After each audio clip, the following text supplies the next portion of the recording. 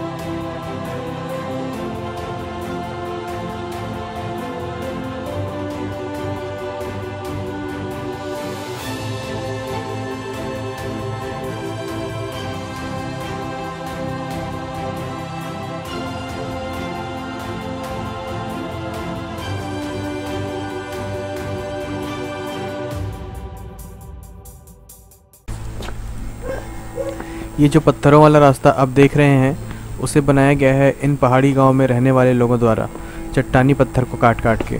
और सोचने वाली बात है कि कितना समय लगा होगा इस रास्ते को बनने में और कितने लोगों का मेहनत होगा इस रास्ते को बनाने में।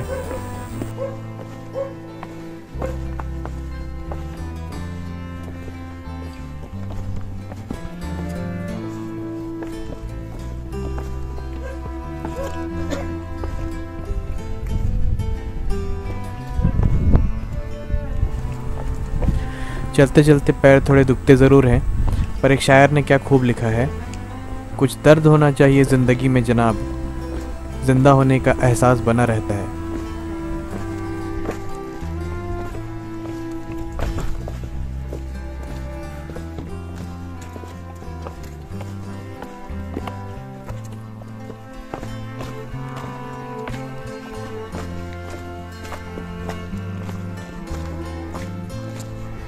फाइनली हमारा गैंग हमको फिर से वापस मिल गया, जो कि हम काफ़ी पीछे छूट गए थे। ट्रैक के टाइम बीच बीच में सभी एक जगह में रुकते हैं, कोई आगे हो जाता है, कोई बीच में चलते रहता है, कोई पीछे हो जाता है। तो बीच में रुक के सभी फिर से रिकलेक्ट होते हैं, रेस्ट भी बॉडी का हो जाता है और फिर उसके बाद फिर सब साथ में मिल के आगे बढ़ते हैं। Spain is famous for its football.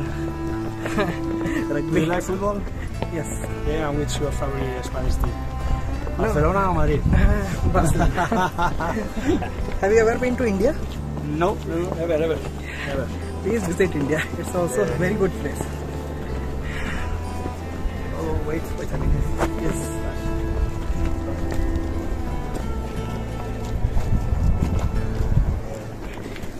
In India, na, we have varieties of tourist places like sculptures, temples, mountains. Yeah. That means there are too much people, no? Yeah. Too many people, sorry. Yeah. It's now the highest populated country in the world. Yeah. But you will enjoy there. Yeah. You will enjoy there for sure if you come. Probably one day. Why not? I don't know. I'm not sure. Okay. Yeah, because it's my first time here in Nepal and I love it. Yeah. Okay. I would like to came to have some summit or something like that. Okay. Not too much high. For example, 6,000 or something like that.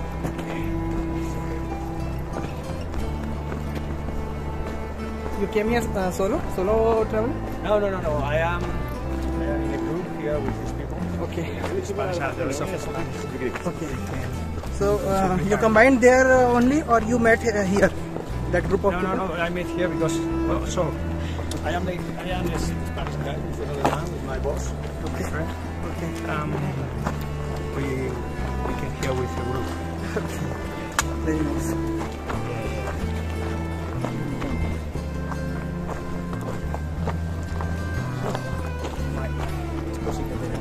Estos sí que son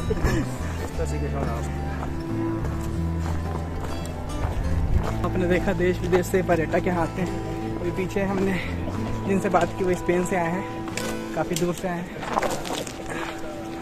और ये वो ऐतिहासिक पुल है, काफ़ी famous. This is first suspension bridge. Suspension bridge. तो ये पहला suspension bridge है जो हमें ट्रैक के टाइम मिला है, और आगे जाके ऐसे कई ब्रिजेस हम क्रॉस करने वाले हैं। पहाड़ी एरिया में ऐसे ब्रिजेस कॉमन है। फर्स्ट टाइम अगर कोई इस ब्रिज के ऊपर चले तो उसे डर तो लगेगा, बट इसे काफ़ी मजबूती से बनाया जाता है। बट फिर भी जब आप इसके ऊपर चलते हैं और ये थोड़ा हिलता है तो डर तो लगता ही है। मूव कर रहे हैं।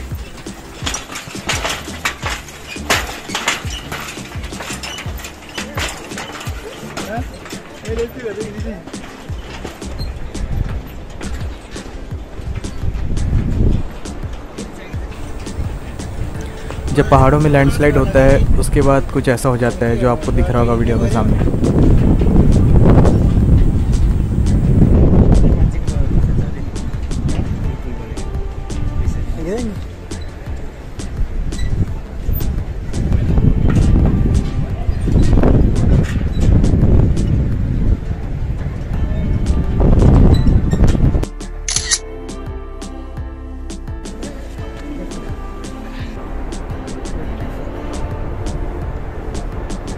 वो जो दूर गांव एक दिख रहा है वही है कोशी गांव, जहां हम इस सस्पेंशन ब्रिज को क्रॉस करके जाने वाले हैं। उस गांव तक पहुंचने में इसके बाद एक और सस्पेंशन ब्रिज है। तो इस ब्रिज से चलते हुए जब तक हम उस दूसरे ब्रिज तक पहुंचते हैं, उस बीच आइए मैं आपको एक पहाड़ों से जुड़ी हुई एक जाबाज महिला के बारे में बताते चलता हूँ। सन 1984 में मई महीने की बात है। भारत से एक ग्रुप निकला था माउंट एवरेस्ट चढ़ने के लिए। ग्रुप निकल तो गया था, लेकिन ख़राब मौसम और एवरेस्ट का प्रकोप ऐसा पड़ा था कि बहुतों का तबीयत उसमें ख़राब हो गया। लोगों के हाथ पांव जवाब दे गए एक्चुअली। आधा से ज़्यादा लोग हिमालय में लैंडस्लाइड आ गया तो उसके कारण घायल हो गए। अब सबकी हिम्मत धीरे धीरे टूटने लगी थी और धीरे धीरे लोग भी वापस लौटते जा रहे थे। पर उस ग्रुप में एक लेडी थी और जो बचे हुए लोग थे, वो लेडी और बचे हुए लोग, ये सब परेशानी आते जा रहा था, फिर भी वो धीरे धीरे करके आगे बढ़ते जा रहे थे। 22 मई 1984 को एक शेरपा सरदार और उस शेरपा सरदार के साथ कुछ और लोग थे। वो लोग उस महिला और जो बचे हुए लोग आगे बढ़ रहे थे उनको ज्वाइन कर लिए। तो अब कुछ लोग ज्वाइन किए तो थोड़ा ग्रुप जो खाली होने को आ गया था, मतलब लोग धीरे धीरे छोड़े थे, थोड़ा सा ग्रुप का स्ट्रेंथ बढ़ गया उसमें। लेकिन जो बढ़े हुए स्ट्रेंथ वाला जो ग्रुप भी था उसमें एक अकेली वही महिला थी, बाकी सब जेंट्स वगैरह थे। अब वो महिला शुरू से आखिरी तक हर मुश्किल के बावजूद आगे बढ़ते ही जा रही थी। और फाइनली वो दिन आ गया जब इतना मुश्किल सह के वो लेडी आगे बढ़ रही थी। 23 मई 1984 वो दिन था, और उस दिन उस महिला ने आखिरकार माउंट एवरेस्ट की चोटी पर चढ़ाई पूरी कर ही ली। अगला दिन 24 मई 1984 को उस महिला का जन्मदिन था, और देखा जाए तो उस महिला ने अपने आप को जन्मदिन में इतना खास गिफ्ट दे दिया कि उसका नाम पूरे इतिहास के पन्नों में हमेशा के लिए अमर हो गया। उस महिला के कारण भारत का सिर फक्र से ऊंचा हो गया। और आप सब जानना चाह रहे होंगे उस महिला का नाम। तो उस महिला का नाम है बचेंद्री पाल, और वो पहली भारतीय महिला है जिसने एवरेस्ट की चोटी पे चढ़ाई पूरी की थी। इस हिम्मत और साहस के लिए हम बचेंद्री पाल जी को दिल से सैल्यूट करते हैं। तो दोस्तों, हिमालय और ख़ासकर एवरेस्ट में जाने वाले लोगों की ऐसी अनेक कहानियां हैं जो हम सबको मोटिवेट करती है कि इंसान चाहे तो क्या नहीं कर सकता। जहाँ चाह है वहाँ राह है, सच्ची का है किसी। Where there is a will, there is a way।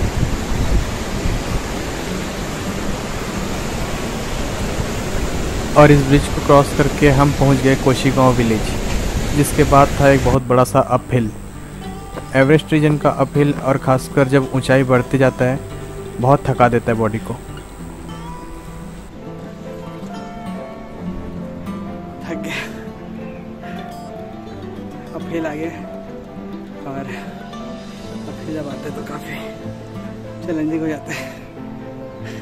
Uphill तो क्रॉस हो गया और थकान के कारण बॉडी को अब थोड़ा रेस्ट की भी ज़रूरत है, लेकिन अभी रास्ता बहुत लंबा है और इस रास्ते पे चलते हुए जो अगला गांव एम करना है वो है घाट, पर मंजिल वो अगला गांव नहीं है।